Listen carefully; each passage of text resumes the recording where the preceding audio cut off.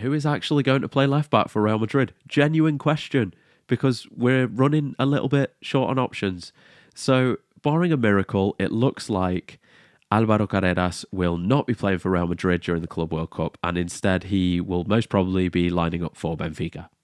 Now, this is one of those really complicated stories to unravel, mainly because we will probably never know the reason why this deal didn't get over the line, but the most common theory is that Benfica would have demanded a fee in addition to the release clause in order to let him leave before the end of his contract. And it kind of makes a little bit of sense and it kind of doesn't. It makes sense in the fact that if you're not comfortable with paying the 50 million in the first instance, and then suddenly it's looking more like 60 with the addition of the fee, you might think twice. On the other hand, if you progress further in the tournament, you make back the 10 million quite easily. So that doesn't seem to make much sense. I wonder whether there's something else, some other reason preventing this deal from getting over the line. So it leaves us with a bit of a conundrum, because who are we actually playing?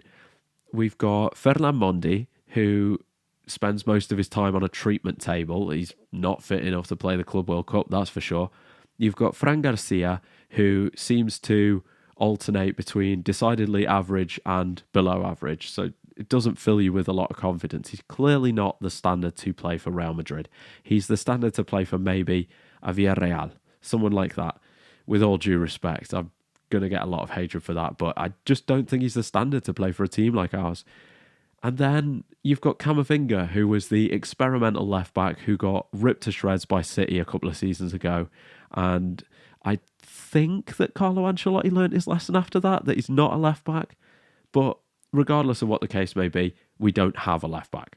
Those are the salient facts. So, what do you do at the end of the Club World Cup? Do you go in and pay your 50 million euros to take Carreras from Benfica? Is it even as simple as that? Is there something that we're not being told? Is it possible that we may have to look elsewhere? If you do have to look elsewhere, who do you look at? Because there aren't many standout options across European football. The most common names that were mentioned, you've got the likes of Theo Hernandez, and it seems like AC Milan are trying everything in their power to get shot of this guy. This does not bode well for buying teams. And they thought that they'd wrapped up a deal with Al Hilal to send him to Saudi Arabia, only for Theo to reject the move. Similar to Bruno Fernandes, similar to Victor Osimhen. It's becoming a bit of a meme in recent times, but whatever the case may be, they want to get shot of him. Why? Is it his attitude, perhaps? That was the speculation in the Italian press over the course of the last season. Who knows? Maybe it's the fact that his figures aren't quite as good as the season previous, that he's deteriorating a little bit. Well, regardless, he's one option, not my favourite, and most recently he's being linked with Atletico Madrid, so we'll see how that pans out. On his day, though, I guess he's a fully fledged international. He will know most of the team, given that we've got quite a lot of French players in the side. He's already familiar with Madrid. He didn't triumph especially, but he knows the city. He knows the training grounds. I'm trying my best here. Then you've got another option. You've got Grimaldo. Now, Grimaldo is interesting because he played under Xabi Alonso at Bayer Leverkusen. And I hate to do this because it feels like European clubs are ripping the soul out of Bayer Leverkusen this summer. They're taking all of their good players. Wirtz looks likely to leave for Liverpool. That's a crushing blow to me.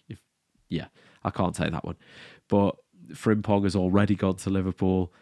Yeah, Jonathan Tah's gone to Bayern Munich. It's not great, is it? But the point is, Grimaldo, he's actually a decent footballer. He's extremely creative. He excels in that left wing-back role.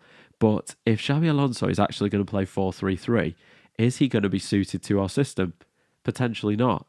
So you look at an alternative. Maybe you go for Milos Kerkez from Bournemouth. Now, what a signing he would be, by the way. He's been incredible for Bournemouth this season.